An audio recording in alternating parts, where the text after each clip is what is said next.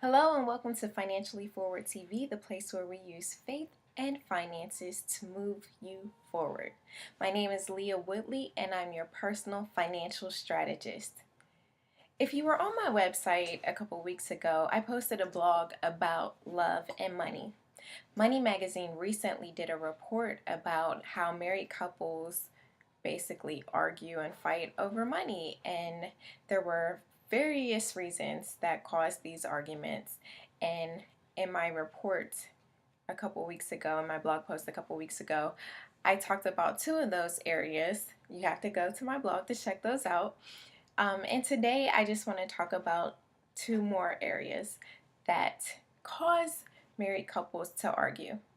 The first one being deceit, and the second one being exclusion from decision making in financial decisions. So, in talking about deceit, when I think about that, I think about keeping secrets or lying about where money has gone or how money is being spent. And I just want to share a little confession that I have. When my husband and I first got married, I was deceitful. There was something I really wanted to do, and it cost a couple grand, and I did not tell him about it. It's something I had discussed with him early on, and he told me he wanted me to wait. And I didn't want to wait, so I just went ahead and made the purchase.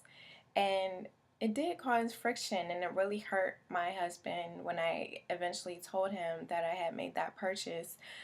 It hurt him, and I will never do that again because I saw how it impacted him. So, in order to be honest and keep deceit out of your marriage, you just have to do that. Be honest. You know, the Bible says that anything that's done in the dark will come to light. And so, you have to be straightforward. If you and your spouse don't agree on a financial decision, don't go behind their back and do it anyway. Just be honest and come to a mutual ground and go forward in truth, basically, because it's not a good look for you to lie and be deceitful about your money. The second part, exclusion from financial decision making. This is where teamwork comes in. You have to function as a team in a marriage, point blank, period. That's just how it has to work. And so, in my blog post previously, I talked about sitting down together and setting goals together. When you run your money as a team, you're operating together. You're talking about what your goals are. You're talking about what you want to do. If one person doesn't agree, then you shouldn't go forward with that financial decision. I mean, that's just the bottom line. And you're not always going to get your way. Your spouse is not always going to get their way. But you have to do what's best for you both as a couple and as a team.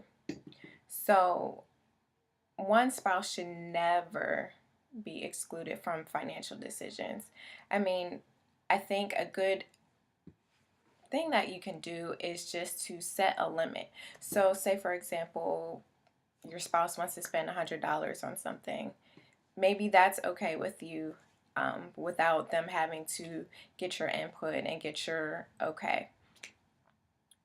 So, sit down with your spouse, set a mutual number that you're okay with them you're okay with them not talking to you about it.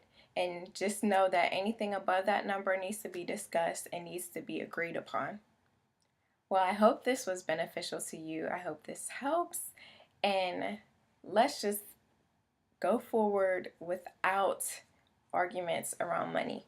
Money is minor. People make it major. It's just a tool.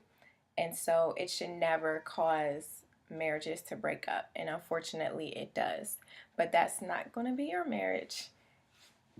This has been Financially Forward TV. Have a great week, and I will see you in a couple of weeks. But I will have a blog post up next week, so you have to head to my website, leahwoodley.com. Take care. Are you ready for the encore? So I thought I was done, but I was reading this book called The People Factor by Van Moody, and there's a line in there that really triggered something for me when it came to deceit. And I just want to read it for you and leave it as a final thought for you in terms of having integrity and leaving deceit behind in your marriage. Whatever people compromise their integrity to keep, they ultimately lose.